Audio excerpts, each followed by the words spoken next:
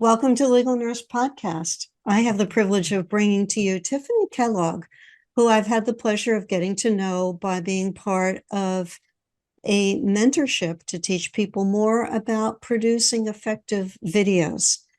And Tiffanie is a high energy, upbeat person who always contributes something to our sessions. She's the author of a book called 4.5 Networking Mistakes, Maximizing Your Networking Efforts to Avoid Common Mistakes. And she's also written Knock the Socks Off Your Audience, delivering presentations with power and passion to audiences large and small. And Socks to Success. I think you're hearing a theme here. Tiffanie is very fond of socks. Socks to Success, Be Memorable, Branding to Generate More Referrals. Tiffanie, welcome to the show. Thank you so very much for having me today. One of the questions that I get a lot from legal nurse consultants is, how do I get more clients? How can I be more visible? How can I get more work? This is probably the most frequently asked question when people come to me as an LNC business coach.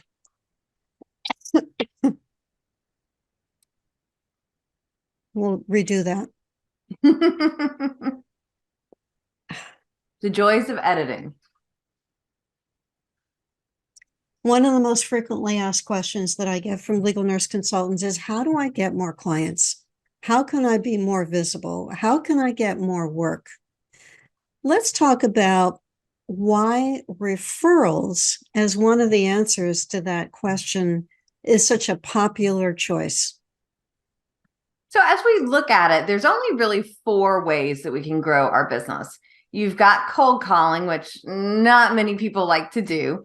You've got PR, public relations, social media, which takes a little bit of work. You've got advertising, which takes a little or a lot of bit of money. And so it leaves the favorite of the 4, which is referrals. And often when I talk to entrepreneurs, they share that they like referrals because they come to them versus I have to go find them, and they're easier to close. And so those are common answers that I get. But I think there's a little bit more to it than even that. What we find is referred clients will actually stay with you 4 times longer. So if you think about, okay, I'm working with this attorney to, help with these cases, the referred attorneys stay with you 4 times. They use you 4 times longer than if they just found you online or through, let me even go old school to Google or the Yellow Pages back in the day. Also, what we find is referred clients will actually spend more money with us each year. And the kicker to it all, so all that came before is brilliant and amazing. The kicker to it all, I find, is that referred clients are actually 2.5 times more likely to refer you. So it's kind of this exponential snowball that's happening. So in addition to easier to close, they give you more money, they stay with you longer, they are more likely to refer you. And I think there's a huge amount of value in that. I had no idea of those statistics, Tiffanie. That's phenomenal. I do know that when I was working in my business full-time as a legal nurse consultant, that there was a core of attorneys who would give me recommendations, unsolicited recommendations. I wasn't going to them and asking them for them, but they continually brought new clients into my business. They were what I was calling, I was talking to a friend of mine in a different context who had bought every book that this author had written and had a chance to meet him last weekend in Salt Lake City. And she brought her big backpack of books and asked if she waited till the end, would he be willing to sign her books, every one of his 34 books. Oh my gosh. And he said, of course. And I said, you know what you are is the super fan for this author, because she then was telling people about his book. She told me his name so that I could read his books. The referral sources are the super fans, like I love it. Woman is for this author. Definitely. And the thing is, we do this naturally in some aspects of our life. If there's an author or a movie or a book or a TV series that we love, If there is a restaurant that we've eaten at that's just delicious, we have a tendency to talk about it more. And I think sometimes we have to just remember what goes on in real life also applies to what we do in our business as an LNC. And that, yes, it's about creating that energy and that excitement. Mm-hmm. Can you give us a strategy for how to work into a conversation what we do for a living so that we can prompt the person we are speaking to in perhaps a subtle or not so subtle way?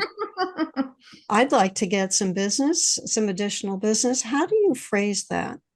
So I have a technique that we call horn tooting, toot your own horn, that I find is a really amazing way to let others know what's going on in your world. Now, this can certainly be people that are in the kind of business world in your realm, the attorneys in that as an LNC. This could also be people that you're, in contact with outside of the business scope, because you never know who they know. An attorney friend of mine, he is very active in his HOA. He is on a crew, KREWE. We have parades here in Tampa. It's Gasparillo. And so we do that. He also coaches his kids' soccer teams. And so he's out there as an attorney doing all these things. You wouldn't necessarily know by looking at him. It's not like he's showing up. He doesn't wear a suit and tie most days anyway. And so you never know who people know or what people do that you may know casually. So this horn tooting thing, and here's the thing, you don't even have to bring it up. Others are going to ask you to horn toot. I mean, they're not going to say horn toot, please. They're going to say, how are you doing? And what they're doing by saying, how are you doing, is they're giving you an opportunity to share something that's going well in your world. Now, very important to horn tooting that changes it from not bragging to just sharing is going to be the length. So I find that when you're horn tooting, you want to share something that's going well in your world in a sentence or so. Used to Twitter was 144 characters, which is a sentence and a half. And I say Twitter length is what you're looking for. You want it to be short and sweet. If it takes you a paragraph or a page to share what's going in your world, then it turns into bragging and people don't care. And so be careful. I know, you have to watch out for HIPAA and attorney-client privilege and all of that. However, you can begin to share, hey, I'm super excited about this just happened. I was just hired for XYZ. And so you can share some specifics within the context of what you're allowed to share in a sentence form. Now, I think of horn tooting kind of like fishing. I'm throwing the line out there. There's some bait on there. Some people are going to hear your horn toot and then move on to the next part of the conversation. Others are going to hear and say, wait, what? Tell me more about that. And some will bite and they're like, oh, wait, you work with these kind of people? You work on these kind of cases? Oh, I happen to know. And you're like, good. That's why I shared. And here's the thing. When it comes to horn tooting, we do this naturally in real life sometimes. How's it going? Oh, I'm super excited. I adopted puppies on Independence Day this year. So half of my time, I just want to tell you about how cute my puppies are. And oh, Guinness finally learned how to roll over. Harper now knows how to dance. And so we're sharing this stuff just, off the cuff. When it comes to your business horn toots, it gives you the opportunity to share about the business aspect of it. And even if you don't want to talk about the cases that you're working on, it could be something as simple as, oh, I'm excited. I just met with a PI attorney that I think we're going to be able to help each other grow our businesses. And what you're sharing in that little snippet is you like to meet with PI attorney, personal injuries attorneys. And so you could even talk about your referral sources, those people that could be passing you more referrals, as a way to teach us a little bit about what you do and who is a good connection for you. That's an excellent point, Tiffanie. And it brings me back to when I did a lot of exhibiting at conventions, attorney conferences. And somebody I knew well would come up and say, so Pat, so what's new? And that would have been a perfect opportunity for horn tooting. And I can remember one time looking at the attorney as I was replying, I was getting his facial expressions, and I said, oh, there's nothing new. And his whole face fell. And I realized later he didn't know where to go with that because he was counting on me telling him something that could then continue the conversation. Mm, I was looking for referrals, but it was just a natural flow and I dropped the ball. mm. And after watching him, I thought, I need to come up with a better answer than that. that could. And maybe it's in the morning when you're brushing your teeth, you think about, who am I going to see? What should my horn toot be today? I know at Toastmasters, they talk about always being prepared to give a speech, call it your hip pocket speech. And that way you're always ready. So maybe you have your hip pocket horn toot, something that you use frequently.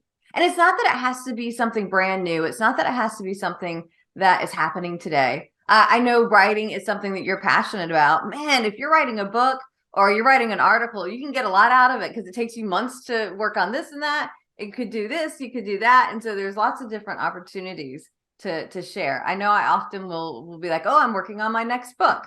And then, oh, my next book is in editing. Oh, I'm looking for proofreaders. I just got 2 more in case somebody wants to proofread. And so you can begin to use that. And so if you've got something big that you're working on, or a referral source that you're working with, or a case that you're allowed to share some things, I know you got to watch that, then you could use that for a longer term, not just once. When I talk with legal nurse consultants about this topic, we focus on something you said earlier. You never know who knows an attorney. And unless you tell people you're a legal nurse consultant and what that occupation involves, they don't have any idea that you're interested in connecting with attorneys. Right. And if they don't know, they can't refer. What about horn tooting in the context of social media? Is that effective? So I love horn tooting in social media because it's a way for you to share what's going on in your world without selling to people. And so even if you're just like, oh, I'm getting dressed up and ready for this Zoom interview, you don't have to give us the details. I'm ready to help out. Or if you're actually going into somewhere, whether it's a mediation or into court, you can take a picture of yourself and say, I'm super excited to be here today. And just talk a little bit about what you're allowed to share and give people a snippet into your life without saying, hey, hire me, get me. It makes it a much softer part of a conversation. And usually you'll get more out of something, here's what's going well in my world, versus, oh, come use me. That makes me think about a book that we released 4 days ago called Medical Record Analysis, a Guide for Attorneys, written by expert LNCs. And it hit #1 in Amazon in 4 categories on Friday. Congratulations. So That's I'm awesome. thinking, Tiffanie, when we get off, I'm going to post on LinkedIn and tell people about the success of this book. Yes, definitely. Oh, love it. Love it. Love it. Let's go into some suggestions for getting more referrals from sources. Should we be spreading our net as far as possible, or should we be concentrating our net into specific areas? I often work with entrepreneurs that are, let me go join this group and that group and meet hundreds and thousands of people. And that just sounds like a ton of work to me. When I think about growing my business, instead of thinking about the quantity of people out there, it is really about the quality. And what I find is most successful entrepreneurs, especially solopreneurs. So if it's just you or you and an assistant, now it's a different conversation if there's 50 of you with the employee in the company. But if it's just, a small group or you, then really 4, 6, or 8 referral sources may be all you need. And the intention is finding the right referral sources because they're not all created equally. Ideally, you want to find referral sources that can refer you all day, every day. They have the same clientele as you. They are able to be in front of your people all the time. And so we want to focus on the right people to pass us those referrals. In the legal nurse consulting world, we get to know vendors at conferences, and they're all focused on the same group of people: the engineers who do accident reconstructions, the people who create demonstrative evidence, the people who loan money to plaintiffs prior to their case being settled, the life care planners who are working with attorneys, although they are also legal nurse consultants. I'm thinking about, as I'm sort of doing a mental walk around a conference room, thinking about the people who are also marketing to attorneys. I just did a case with one of my clients with a super demonstrative evidence firm, and the son, the husband in this group is the son of a very prominent medical malpractice attorney. And he said, Pat, whenever you want to get introduced to my dad, just let me know, because he's always looking for good people. Before we continue with the show, I'd like to share this special announcement with you. Hey, I'm Pat Iyer. I'm a legal nurse consultant. Barbara Levin is with me, also a legal nurse consultant. You turn in a report as a legal nurse consultant, and then the attorney calls you and says, did you proofread this before you sent it to me? And you think, oh my goodness, what did I get wrong? Barbara, why is this such a critical question? It is so important that when you turn in your work product to your client, that is accurate, that you have reviewed this multiple times, that you have the date and the times are accurate, that the names are consistent throughout, instead of having John Burns, Jake Burns, Mr. John, Mr. Jake. You need to be consistent throughout and not having random names in there, that the person's name is John Burns. He doesn't go by Jake. He doesn't have these other names. Making sure that you have the right individual's names is key. Spelling, so important. Is it the affect or the effect of what's going on with a diagnosis? Making sure that you have the years are correct and the diagnosis, that you haven't pulled in or assumed a diagnosis on a patient or the medical records that is not listed within the medical records. It's so important to be accurate, because you may be the expert on the case, whether you're the behind the scenes consulting legal nurse or the expert. This report will be held before you to explain your opinions. And it is incredibly embarrassing to get a question like that. You have shaken the trust in your capability that the attorney previously held. You know that expression that you never get a second chance to make a first impression. Your work product is your first impression.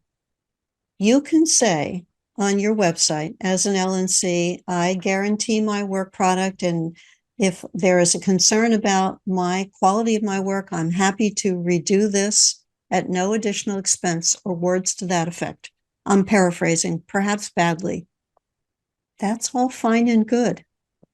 But if the attorney doesn't respect your capabilities because you've got inaccuracies in your report, it doesn't matter what kind of guarantee you give. The attorney's going to say, next, or worse, refund my money. I'm not happy with the quality. That's why we're stressing accuracy and doing it right the first time.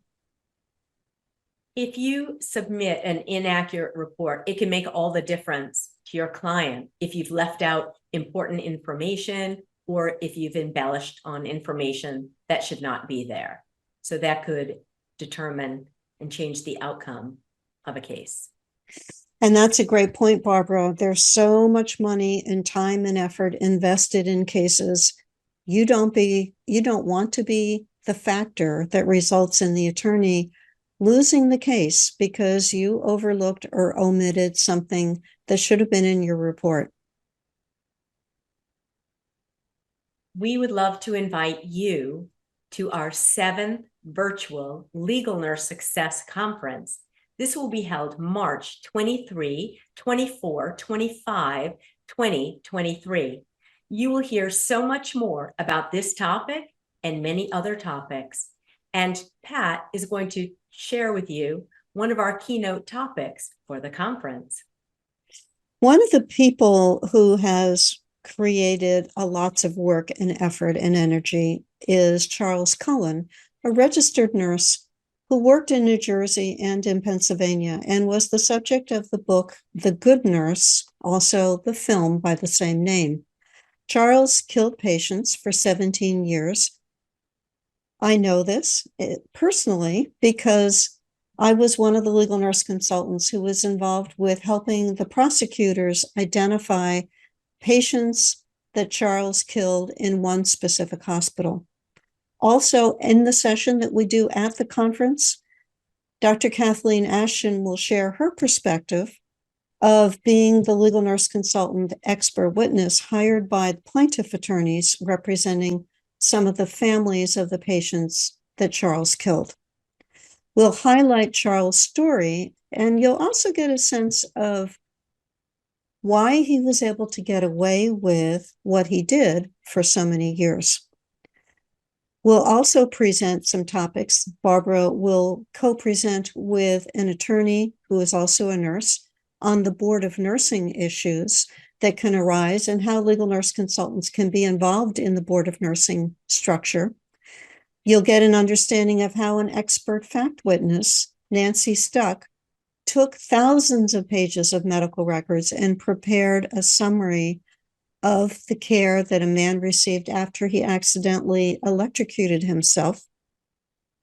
And he survived, but with life-altering bruises, scars, just there's not enough surgeries that can restore the way that he looked. You'll meet Sam Davis, the attorney who successfully settled that case last year, and a variety of business presenters, as well as legal nurse consultant panel presenters and session presenters that will broaden your knowledge, motivate you, inspire you, and give you opportunities to network with your colleagues. We would love to see you there at those live sessions. They are online, no hotel, no car, no food, no parking expenses, no airfare, just you in your seat at your desk, interacting and getting all the benefits of education without having to leave your home. We invite you to attend with us March 23, 24, 25, 2023. We want you to see the link below, and that's lnc.tips/March 2023 virtual. We look forward to seeing you. Love to have you there. Take advantage of it. Now let's return to the show. Yeah, and to me, that's perfect. You know, who can you find? And something as simple as going back to maybe you don't remember who was at the conferences that you've been at in the past. Most of the time, you can go back to the website or go back to the book or whatever packet that you got, and there's usually sponsors information in there. And I know sometimes people are like, sponsors, I'm like, sponsors, like those are the ones that I want to talk to, because we kind of talk about when you're networking, you can belong to an association that's got your ideal clients, or you can belong to an association that's got your ideal referral sources. So imagine, you know, find the sponsors. Who are those really amazing ones? And is there a professional association built around the engineers that do the reconstruction? Is there a professional, like, and then you're walking into a room full of potential referral sources. And we like to say, if you walk into a room full of your ideal clients, that's like shooting fish in a barrel. If you walk into a room full of your ideal referral sources, it's like shooting whales in a barrel. It's like, you can't miss. All of these people are phenomenal. Mm-hmm. Yeah, that's a great image, Tiffany, because I think some legal nurse consultants are discouraged because they see an empty fish tank. They don't see the barrel.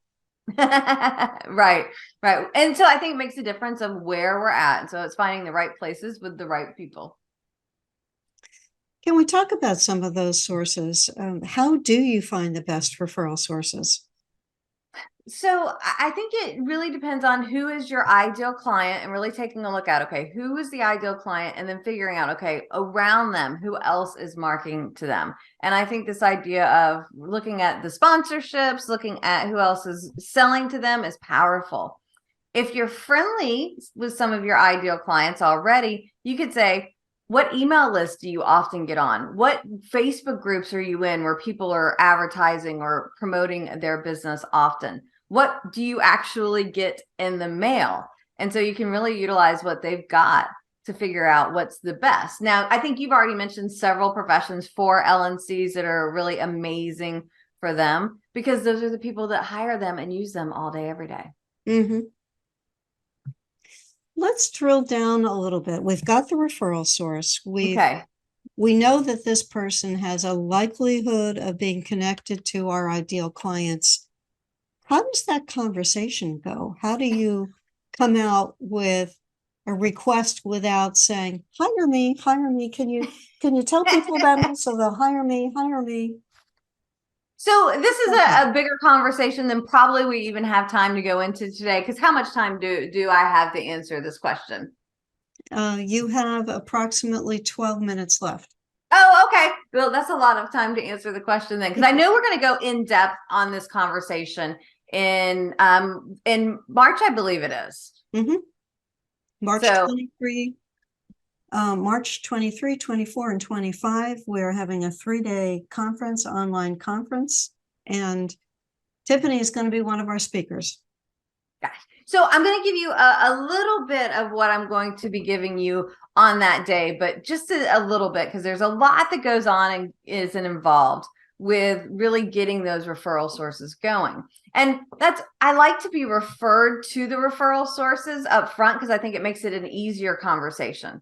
Because as I'm trying to find the referral sources, some people will cold call, like, let me just find them on Google or online or in the yellow pages. I know I'm dating myself. And then call, hey, do you want to be my friend? Which isn't exactly it, but it is. And so that's a ton of work. You can also find your referral sources when you're networking.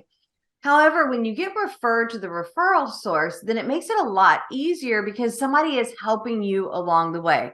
They're already saying Pat's amazing because she does wonderful with, they're already kind of building up that know and like that you need in the know, like, and trust to get the referrals. And so as you're building these relationships, it's kind of a two-way street. Relationships have to be mutually beneficial to both parties, or else they don't last. So one thing I always recommend is think about, what are the benefits to using you? Not to using an LNC, because we're assuming that they've already decided to use an LNC, but what's the benefits to using you, both to your clients and to your referral sources? Because if your referral sources know, hey, when you use me, when you refer me, and maybe it's the money lenders. What's the technical correct title for the people that help lend the money? Is it just money lenders? Sounds good to me. Okay, money lenders. There you go. I didn't want them to be like, well, that's not what you call us. But if we think about the money lenders, hey, if you refer me and I'm able to help them close the case and get more money, then you're going to get. And so you're able to kind of say, okay, I'm going to come in and help you close. Like, what do we put in front of them? What's kind of the bait of, here's the benefits that I bring to you. And so I actually have two different lists. One is, what's the benefits to my clients? What's the benefits to my referral sources? Because I do want them separate, and I think they're different. And if you can share with your referral sources here what the benefits are.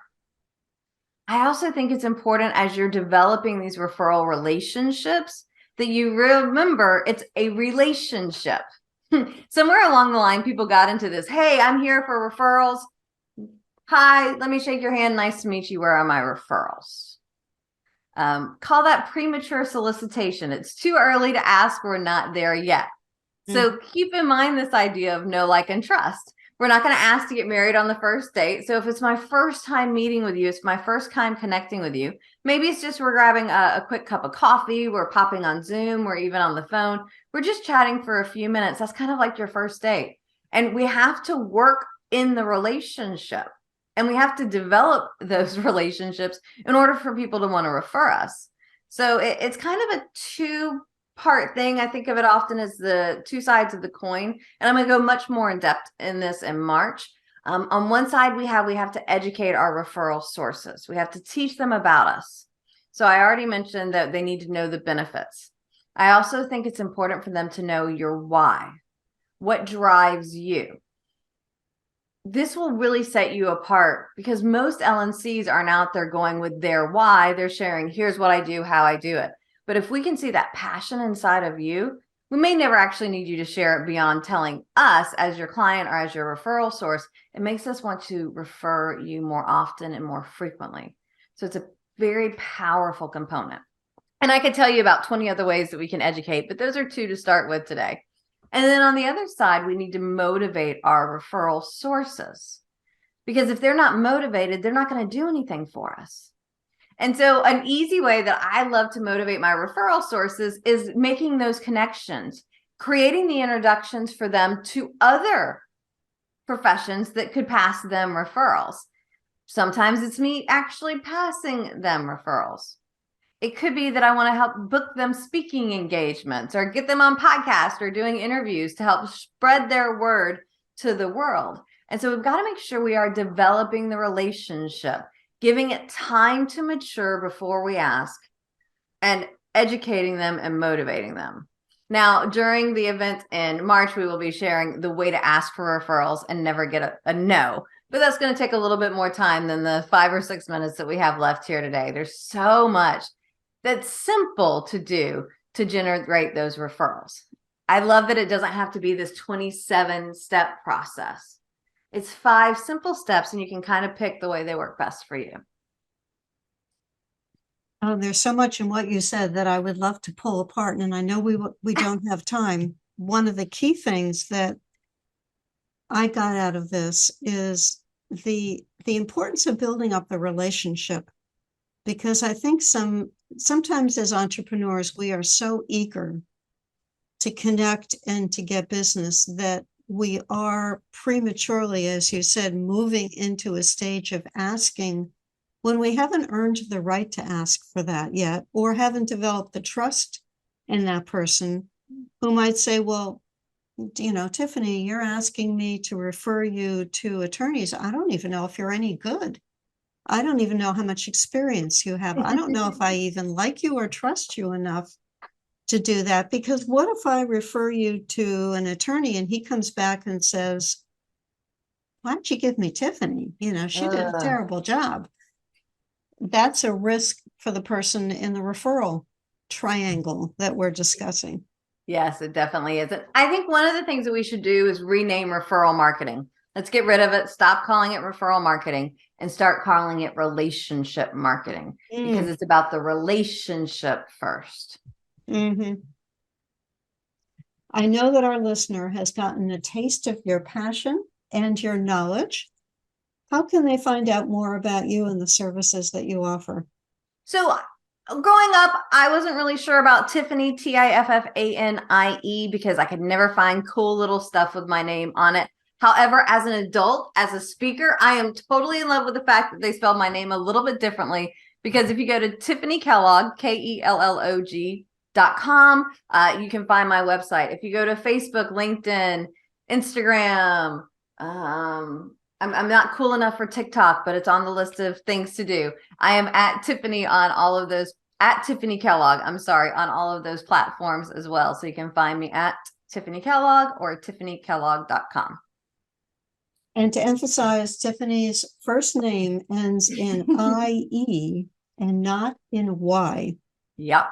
A different spelling. Of course, you probably have people who want to put an extra G on your last name. Yeah, it's like Tiffanie. It's like, are there 2 F's? Is it an I, a Y? I'm like, it's an IE. And then Kellogg, they're like, how many L's, how many G's? And funny that this matters none. So my husband is Robert Kellogg IV, and he has 1 G. His father is Robert Kellogg III, and he has 2 G's. No idea how that happened from father to son. But yeah, no idea. We only have 1 G. His dad has 2. I've never heard of that, Tiffanie. I've heard of people whose names got shortened, particularly the people who immigrated to the United States. Their names were often changed in the process, but then it was one name going forward. It wasn't right. Variations. No idea how it happened, but just a funny story.